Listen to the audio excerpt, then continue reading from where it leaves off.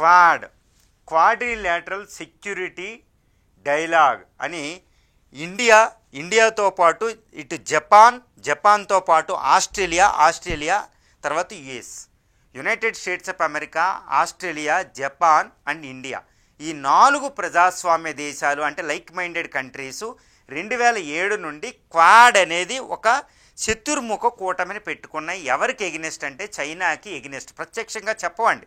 Quad ఎందుకు పెట్టుకున్నామంటే మేము ఇది మారిటైమ్ సెక్యూరిటీకి, ప్రజాస్వామ్యాన్ని పునరుద్ధరించుకోవడానికి, తర్వాత అప్పుడు కరోనా 2020 దగ్గరకు వచ్చిన కరోనాని ఎదుర్కోవడానికి ఫార్మాస్యూటికల్ ప్రపంచంలో ఇటు ఫ్రీ నావిగేషన్ అంటే ఫ్రీ ఎయిర్వేషన్ అంతర్జాతీయ చట్టాలు రక్షణకి అంటారు.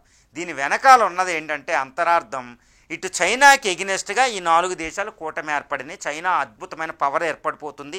ఇండో పసిఫిక్లో చైనా చాలా డేంజరస్ అవుతుంది కాబట్టి ఇటు జపాన్, ఆస్ట్రేలియా సెక్యూరిటీకి, ఇండియా సెక్యూరిటీకి, యుఎస్ఏ సెక్యూరిటీ కూడా డేంజరస్ కాబట్టి క్వాడ్ పెట్టుకున్నాయి. ఇప్పుడు భారతదేశం అంటే ఈ క్వాడ్లోనే అత్యంత ప్రధానమైన దేశం ఎవరంటే మోస్ట్ ఇంపార్టెంట్ రోల్ ప్లే చేస్తున్నది ఎవరంటే ఇండియా. ఇప్పుడు ఈ ఇండియాకి యునైటెడ్ స్టేట్స్ ఆఫ్ అమెరికాకి గొడవ వచ్చింది. ఎందుకంటే ట్రంప్ విధించిన టారిఫ్ల వల్ల. ఇప్పుడు ట్రంప్ టారిఫ్కి శిక్ష విధించాలంటే భారతదేశంలో ఉన్న బ్రహ్మాస్త్రం అంటే భారత చేతిలో ఉన్నది బ్రహ్మాస్త్రం ఏంటంటే క్వాడ్లోంచి బయటికి రావడం. ఇప్పుడు సెప్టెంబర్ నెలలో క్వాడ్ డిస్కషన్ న్యూఢిల్లీలో జరగాలి. కానీ ఈ డిస్కషన్ ముందుకు వెళ్తుందా లేదా అనేది అగమ్య గోచరంగా ఉంది. ఎందుకంటే ఇండియా చెప్పడంలే. ఈ జపాన్ ఏంటంటే భారత ప్రధాని వెళ్తున్నారు.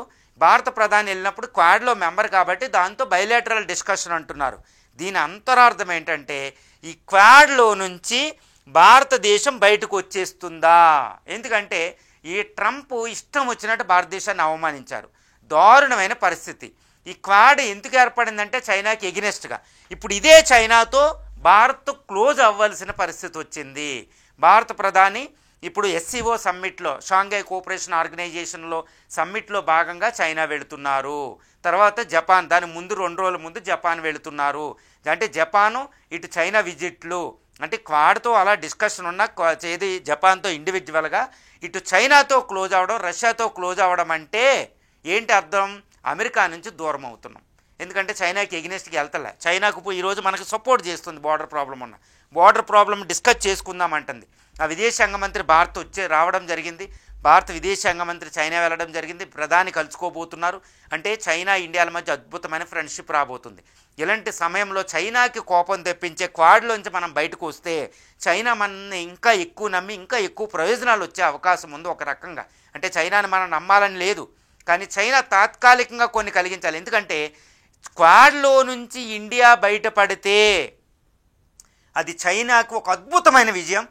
ఎందుకంటే అమెరికాని బలహీనం చేసినట్టు. ఇండియా బయటపడితే ఇండియాకి ప్రాబ్లం ఉండదండి ఎక్కువ, కానీ అమెరికాని బలహీనం చేసినట్టు చైనా. కాబట్టి క్వాడ్ గ్రూపులో నుంచి ఇండియాని చైనా బయటకు లాగగలిగితే అంతే, అమెరికా మీద విన్ని సాధించేసినట్టు. చాలా పెద్ద విజయం. ఎందుకంటే ఇండో పసిఫిక్ రీజన్లో తైవాన్ వీటికి సంబంధించిన చైనాకి ఎడ్జ్ వచ్చేస్తుంది.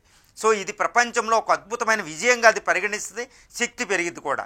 మరి ఇండియా ఇంత ఈజీగా వస్తుందంటే ఇండియా ఒకటే కోరుకుంటుందండి, ఈ చైనాకి ఎగ్నెస్ట్గా ఉన్న క్వాడ్లో నుంచి బయటకు వచ్చి క్వాడ్ని బలహీనం చేసి క్వాడ్ని విచ్ఛిన్నం చేయాలంటే ఇండియాకి చైనా చాలా బేరసారాల్లో చాలా ఇవ్వాల్సి వస్తుంది.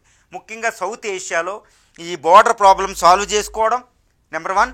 నెంబర్ 2, పాకిస్తాన్ని సపోర్ట్ చేయకుండా ఉండడం, ఇండియన్ ఓషన్లో ఇష్టం వచ్చినట్టు పాలిటిక్స్ చేయకుండా ఉండడం, ఇటు శ్రీలంక, బంగ్లాదేశ్ అంతర్గత విషయాల్లో జోక్యం చేసుకోకుండా సౌత్ ఏషియాలో ఇన్వాల్వ్ అవ్వకుండా చైనా చూసుకుంటే, తన పని తాను చూసుకుంటే ఇండియా క్వాడ్లోంచి బయటకు వస్తుంది. అందుకే కదా క్వాడ్కి వెళ్ళింది మనం ఇండియా. అంతే 2017 ఇది డోక్లాం ఇష్యూ టైంలోను, అదేవిధంగా గాల్వాన్ వ్యాలీ టైంలోను, అంతకుముందు 1962 యుద్ధం చేసింది ఎవరు? చైనా. కాబట్టి మనం క్వాడ్లో కొన్ని దేశాల సపోర్ట్ కావాలని మనం క్వాడ్లో ఉన్నాం. ఇప్పుడు చైనా ఇవన్నిటిలో మనకి ఇన్వాల్వ్ గొడవలు చేయకపోతే క్వాడ్లోంచి బయటకు వచ్చేస్తాం. అమెరికా మీద చైనా విజయం సాధించినట్టు, ట్రేడ్ అభివృద్ధి చెందుతుంది. కాబట్టి ఇటు అమెరికా మనల్ని దూరం పెట్టి టారిఫ్స్ విధిస్తే ఒక శత్రుదేశంలా చూస్తే మనల్ని అవమానిస్తే డెడ్ ఎకానమీ అని ఇండియాకి అస్త్రం ఉంది కదా, క్వాడ్లోంచి బయటకు వచ్చేస్తుంది అనేది మనకు తెలిసిపోతుంది. ఎందుకంటే ఇంతవరకే వచ్చే నెలలో క్వాడ్ సమ్మిట్ ఇండియాలో పెడుతున్నారా లేదనేది కూడా మనకు తెలియడం లేదు, ఇది సెప్టెంబర్లో. కాబట్టి ఇది ఇండియా అమెరికాపై వేసే ఒక అద్భుతమైన బ్రహ్మాస్త్రం. ముఖ్యంగా మోడీ చాలా కోపంగా ఉన్నారు ట్రంప్ అంటే. ట్రంప్ ఫోన్ కూడా ఎత్తడం లేదు, ట్రంప్ చేసిన కాల్స్. కాబట్టి మోడీ ఈ అస్త్రాన్ని ప్రయోగించే అవకాశం ఉంది. ఇలా చేస్తే మరి ఇండియాకి ప్రమాదం ఉంటుంది కదా, ఎందుకంటే ఆస్ట్రేలియాతోనూ జపాన్తో సంబంధాలు కూడా దెబ్బతింటాయి కదా. అందుకే ఇండియా ఏం చేస్తుందంటే క్వాడ్లోంచి, అమెరికా నుంచి కాస్త దూరం జరిగి క్వాడ్లోంచి బయటకు వచ్చి చైనాతో సంబంధాలు పెంపొందించుకుని, చైనా కోపం కలిగించకుండా చేసి, చైనా సౌత్ ఏషియాల నుంచి, ఇండియన్ ఓషన్ నుంచి ఎక్కువ ప్రయోజనాలు పొందిన ఇటు జపాన్ మనకి శత్రువు కాదు కదా. అందుకనే ఈ క్వాడ్లో ఉన్న జపాన్తో ఇండివిజువల్గా సెక్యూరిటీ డైలాగ్ ఆల్రెడీ మనకు ఉంది, వ్యూహాత్మకమైన రిలేషన్షిప్ ఉంది, అది స్ట్రాటజిక్ లెవెల్ డిస్కషన్ ఉంది, ట్రేడ్ ఉంది. కాబట్టి క్వాడ్లోంచి బయటికి వెళ్ళినా ఇటు జపాన్తో మాత్రం పూర్తి స్థాయి సంబంధాలు ఇంకా పెంపొందించుకుంటే ఇండివిజువల్గా సెక్యూరిటీ డిస్కషన్. ఒకవేళ చైనా మనకి అడ్డం తిరిగినా ఈ సౌత్ చైనా దగ్గరున్న ఇక్కడున్న జపాన్తో మనకు ఉంటే ఇటు చైనాని ఎదుర్కోగలుగుతాం. కాబట్టి క్వాడ్లోంచి బయటకు వచ్చిన జపాన్తో ఇండివిజువల్గా ద్వైపాక్షికంగా బైలాటరల్లీ ఇంకా ఎక్కువ పెంపొందించుకుంటాం. దీంతోపాటు ఆస్ట్రేలియా కూడా ఒక పెద్ద మైనింగ్ హబ్, అన్నది బిగ్గెస్ట్ ఎకానమీ అనమాట. దాంతో కూడా బైలేటరల్ సంబంధాలు పెంపొందించుకుని ఆస్ట్రేలియాతో కూడా అద్భుతమైన సంబంధాలు పెట్టుకుంటాం, ఇటు అమెరికాని పక్కన పెట్టి. ఒకప్పుడు జో బిడెన్ ఈ క్వాడ్ డిస్కషన్ పెట్టనప్పుడు ఆస్ట్రేలియా, జపాన్లు వచ్చి అమెరికాని పక్క పెట్టైనా మాతో డిస్కషన్, మాతో ద్వైపాక్షికంగా అభివృద్ధి చేసుకోండి అని అప్పుడు అభ్యర్థించాయి.